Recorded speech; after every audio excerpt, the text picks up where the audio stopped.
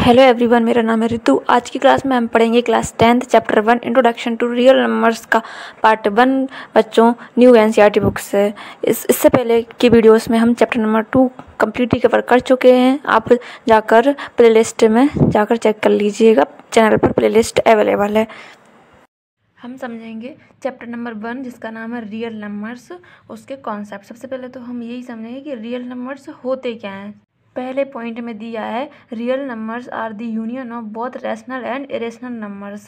जो real numbers होते हैं ना, वो यूनियन होते हैं दोनों के रैशनल एंड इरेशनल नंबर्स के। ठीक है, मतलब इसे सिंपल भाषा में समझे तो जो रैशनल नंबर्स होते हैं और इरेशनल नंबर्स होते हैं ना, दोनों को ही रियल नंबर्स कहा जा सकता है। ठीक है, मतलब दोनों ही रियल नंबर्स ही होते हैं। ठीक है, सेकंड पॉइंट दिया बच्चों, these numbers can be expressed on a number line. ये जो रियल नंबर्स होते हैं ना, इनको एक्सप्रेस्ड मतलब दिखाया जा सकता है किस पर, नंबर लाइन पर। इस तरह की हमारे पास एक नंबर लाइन होती है जिस पर रियल नंबर्स को हम एक्सप्रेस्ड कर सकते हैं। जैसे कि 1 2 3 4 पॉजिटिव है, इधर पे ये नेगेटिव -1 -2 -3 -4। ठीक है, तो ये जो नंबर लाइन है इस पर रियल नंबर्स को हम दिखा सकते हैं। ठीक है, थर्ड पॉइंट दिया है these numbers can be both positive और नेगेटिव। मतलब जो रियल नंबर्स होते हैं ना, वो पॉजिटिव भी हो सकते हैं और नेगेटिव भी हो सकते हैं। जैसे कि ये 1 2 3 4 ये क्या पॉजिटिव है, और -1 -2 -3 और -4 ये नेगेटिव है। ठीक है, तो रियल नंबर्स पॉजिटिव भी हो सकते हैं और नेगेटिव भी हो सकते हैं। ठीक है, तो जैसे 0 है ना, यहाँ पर ये 3/2 ये भी रियल नंबर हो गया। अब जैसे ये सारे ही रियल नंबर्स हैं। ठीक है, ये हमारे पास कुछ रैशनल नंबर्स के एग्जांपल, जैसे इरेशनल नंबर्स भी नंबर लाइन पर एक्सप्रेस्ड कर सकते हैं, जैसे √3 √5 पाई। ठीक है, तो इस तरीके से रैशनल एंड इरेशनल नंबर्स को ही हम क्या कहते हैं, रियल नंबर्स कहते हैं। ठीक है, और ये नंबर्स कैसे नेगेटिव और पॉजिटिव भी हो सकते हैं, और इनको नंबर लाइन पर हम एक्सप्रेस्ड भी कर सकते हैं। तो ये तो हमने समझ लिया रियल नंबर्स के बारे में बच्चों। ठीक है, अब इस चैप्टर का जो फर्स्ट कॉन्सेप्ट है हम उसको समझते हैं। रियल नंबर्स को समझने के बाद जो चैप्टर में नेक्स्ट कॉन्सेप्ट आता है वो है फंडामेंटल थ्योरम ऑफ अरिथमेटिक। ये थ्योरम हमें क्या बताती है, समझते हैं, देखते हैं। Every composite number can be written as a product of primes in one and only one way. Fundamental theorem हमें कहती है जो एवरी कंपोजिट नंबर है ना, वो उसको हम लिख सकते हैं प्राइम्स नंबर्स के प्रोडक्ट की फॉर्म में। ठीक है, एग्जांपल लेकर समझाऊंगी तो और अच्छे से समझ में आ जाएगा आपको। जैसे हमारे पास एग्जांपल में 2 कंपोजिट नंबर हैं 66 और 420। इनको हम प्राइम नंबर्स की प्रोडक्ट की फॉर्म में भी लिख सकते हैं। ठीक है, इनको कैसे लिखा जा सकता है, प्राइम नंबर्स की प्रोडक्ट की फॉर्म में भी लिखा जा सकता है। इनको लिख कर दिखाऊंगी तो और अच्छे से समझ में आ जाएगा। जैसे कि हमारे पास ये 66 है। ठीक है, इस कंपोजिट नंबर को हम प्राइम नंबर के प्रोडक्ट की फॉर्म में मतलब मल्टीप्लिकेशन फॉर्म में लिख सकते हैं। कैसे लिखेंगे, देखो, जैसे हमारे पास ये 66 है, हम इसके क्या कर लेंगे, प्राइम फैक्टर्स कर लेंगे। ठीक है, जैसे इसको 2 से सॉल्व करेंगे, 2 3 जा 6, 2 3 जा 6। अब इसको हम 3 से सॉल्व करेंगे, 3 1 जा 3, 3 1 जा 3। ठीक है, अब क्या 11 से होगा, 11 1 जा 11। ठीक है, मतलब हमारा जो ये कंपोजिट नंबर था ना 66, इसके हमने प्राइम फैक्टर्स कर लिए हैं। ठीक है, मतलब अब इन प्राइम नंबर्स को लिखे देंगे। जैसे कि हमारे पास 2 एक प्राइम नंबर है, मल्टीप्लाई 3 एक प्राइम नंबर है, और 11। ठीक है, हमने 66 ये कंपोजिट नंबर था, इसको हमने कैसे लिख लिया है, प्राइम नंबर्स के प्रोडक्ट की फॉर्म में मतलब मल्टीप्लिकेशन फॉर्म में हमने इसको लिख लिया है। ठीक है, इसी तरह हम इस वाले नंबर को 420 कंपोजिट नंबर को भी इसी तरह हम प्राइम नंबर की फॉर्म में लिखेंगे, मतलब प्राइम फैक्टर्स करेंगे सबसे पहले तो इसका हम। ठीक है, 420 का, क्योंकि इस कंपोजिट नंबर को भी हम प्राइम नंबर्स के प्रोडक्ट की फॉर्म में मतलब मल्टीप्लिकेशन फॉर्म में लिख सकते हैं। अब हम इसको सॉल्व करते हैं। 2 से करेंगे तो 2 2 जा 4, 2 1 जा 2 0, 2 10 टाइम्स पे जाएगा। फिर इसको फिर से 2 से करेंगे तो 2 1 जा 2, 1 0 5 टाइम्स पे जाएगा। अब इसको 3 से करेंगे, 3 3 जा 9, 3 5 जा 15 35। ठीक है, 3 टाइम्स चला जाएगा। अब इसको 5 से करेंगे, 5 7 जा 35। अब इसको 7 से सॉल्व करेंगे, 7 1 जा 7। ठीक है, तो इस 420 कंपोजिट नंबर को हमने प्राइम नंबर्स के प्रोडक्ट की फॉर्म में लिख लिया, मतलब इसके फैक्टर्स कर लिए हैं। ठीक है, अब हमारे पास एक प्राइम नंबर 2 मिला, इंटू 2 इंटू 3 इंटू 5 इंटू 7। तो हमने ये 420 जो हमारा कंपोजिट नंबर था, इसको हमने प्राइम नंबर्स की प्रोडक्ट की फॉर्म में यानी मल्टीप्लिकेशन फॉर्म में लिख लिया है। ठीक है, इसको ऐसे लिख सकते हैं। जो भी हमारे कंपोजिट नंबर हैं होते हैं, जो हमारे कंपोजिट नंबर होते हैं ना, उनको हम प्राइम नंबर्स की प्रोडक्ट की फॉर्म में या मल्टीप्लिकेशन फॉर्म में लिख सकते हैं। ठीक है, दोनों को हमने यहाँ पर लिख लिया है। ऐसा करने का फ़ायदा क्या होता है, जब भी हम किसी कंपोजिट नंबर को प्राइम नंबर्स की प्रोडक्ट की फॉर्म में लिख सकते हैं, इनको हम प्राइम फैक्टर्स कहते हैं, इनकी फॉर्म में लिख लेते हैं, तो इसमें क्या होता है, हमको एचसीएफ और एलसीएम फाइंड करने में हेल्प मिलती है। ठीक है, अब हमने जो कंपोजिट नंबर थे उनको प्राइम नंबर्स के प्रोडक्ट की फॉर्म में तो लिख लिया है, इनको हम क्या कहते हैं, प्राइम फैक्टर्स कहते हैं। अब इनकी हेल्प से हम एलसीएम और एचसीएफ एंड एलसीएम कैसे फाइंड करेंगे वो सीखते हैं। जैसे कि HCF and LCM using the prime factorization. ठीक है, प्राइम फैक्टराइजेशन मेथड से एचसीएफ एंड एलसीएम को फाइंड करें। अब हम इन दोनों का, जैसे 66 और 420, इन दोनों कंपोजिट नंबर का एलसीएम फाइंड करते हैं। इसके लिए हमें क्या की ज़रूरत पड़ेगी, इनकी ये प्राइम फैक्टर्स की हमें ज़रूरत पड़ेगी। ठीक है, तो हम इसमें से इसका एलसीएम को फाइंड करेंगे। कैसे फाइंड करते हैं एलसीएम प्राइम फैक्टर से, इनमें इन नंबर्स में सबसे पहले देखो 2 जो है ना, कितनी बार, इस वाले में तो एक ही बार दिया और इसमें 2 बार। जहाँ पर ज़्यादा टाइम से वाले होंगे ना, उनको उठा लेते हैं ना पहले। 2 इंटू 2, ज़्यादा बार जो नंबर दिया होगा ना उस वाले को उठाएंगे। तो यहाँ पर 2 बार 2 दिया, यहाँ पर 1 बार दिया, इसलिए ये वाला लेंगे। ठीक है, 2 इंटू 2। उसके बाद 2 के बाद कौन सी डिजिट है, 3 है, तो 3 यहाँ पर भी 1 बार दिया, यहाँ पर भी 1 बार दिया है, तो 1 बार लिख लेंगे। 3 को मल्टीप्लाई 3।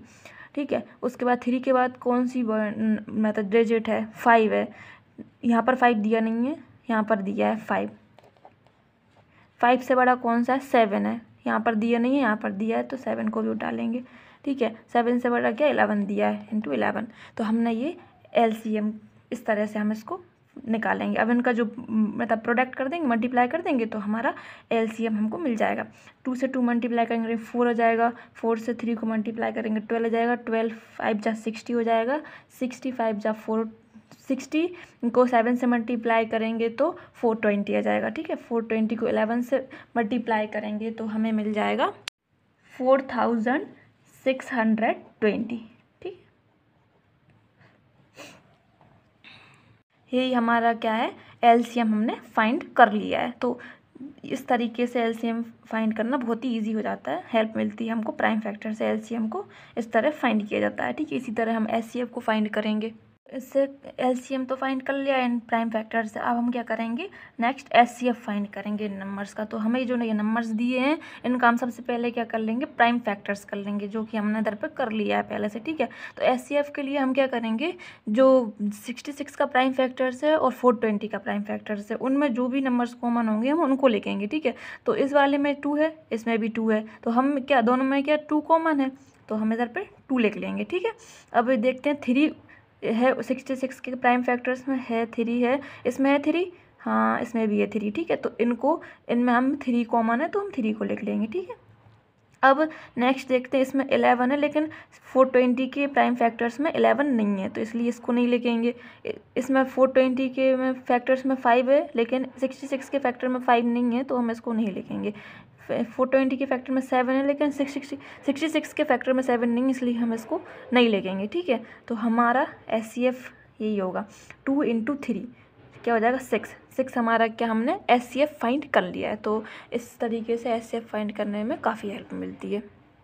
तो बच्चों, हमने जो कंपोजिट नंबर दिए थे उनका क्या एलसीएम भी निकाल लिया और एचसीएफ भी निकाल लिया है। ठीक है, प्राइम फैक्टर्स की हेल्प से। तो फंडामेंटल थ्योरम ऑफ अरिथमेटिक हमसे यही कहती है कि जो कंपोजिट नंबर्स होते हैं ना, उनको हम प्राइम नंबर्स के प्रोडक्ट यानी मल्टीप्लिकेशन फॉर्म में भी लिख सकते हैं। ठीक है, और इन जो प्राइम फैक्टर्स होते हैं ना, इनकी हेल्प से हम बहुत ही आसानी से एलसीएम और एचसीएफ को फाइंड कर सकते हैं। तो हमने यहाँ पर ये कॉन्सेप्ट विद एग्जाम्पल अच्छे से सीख लिया है बच्चों। ठीक है, अब हम इस चैप्टर का नेक्स्ट कॉन्सेप्ट समझते हैं। बच्चों, चैप्टर का जो नेक्स्ट कॉन्सेप्ट आता है वो है relationship between the LCM and HCF.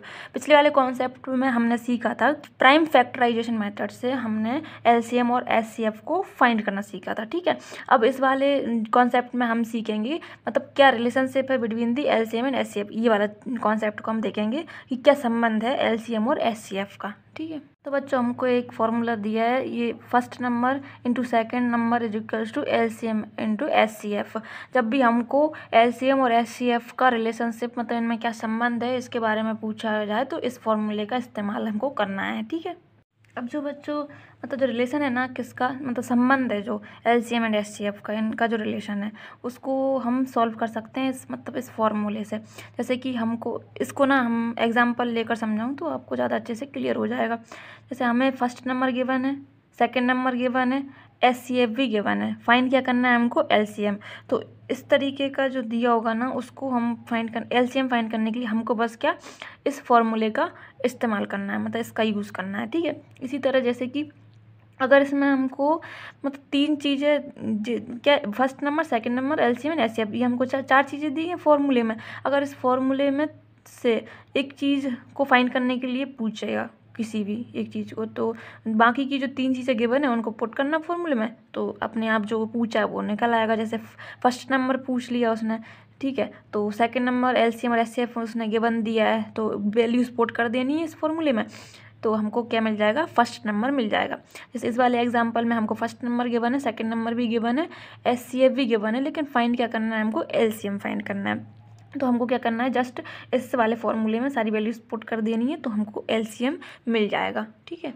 यही क्या होता है रिलेशन होता है LCM एंड SCF का, ठीक है। अब बच्चों इस वाले एग्जांपल में हमको फर्स्ट नंबर सेकंड नंबर और SCF गिवन दिया और LCM को हमें फाइंड करना है, ठीक है।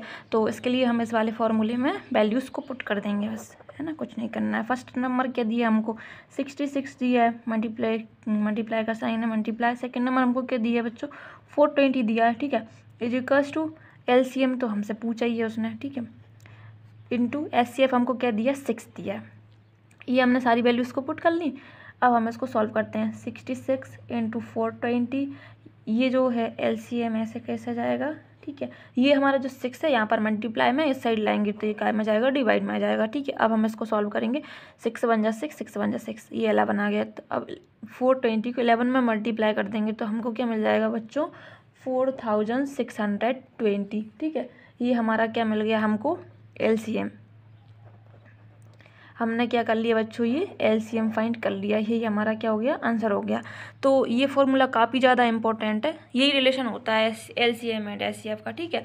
तो जो LCM एंड SCF से का जो रिलेशन होता है ना संबंध, उससे रिलेटेड मैंने आपको ये फॉर्मूला भी डिफाइन कर दिया है और एग्जाम्पल लेकर भी समझा दिया है बच्चों, ठीक है। तो ये फॉर्मूला काफ़ी ज़्यादा इंपॉर्टेंट है, पेपर में इससे क्वेश्चन आता रहता है, आप इसको अच्छे से याद कर लेना। यही रिलेशन होता है बच्चों, ठीक है, LCM एंड SCF का।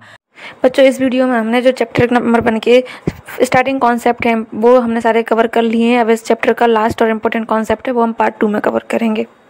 वीडियो अच्छी लगी हो तो लाइक करना, अपने दोस्तों के साथ शेयर ज़रूर करना बच्चों। इसी तरह चैनल पर बने रहिए और कंप्लीट मैथ पढ़ने के लिए क्लास 10th की।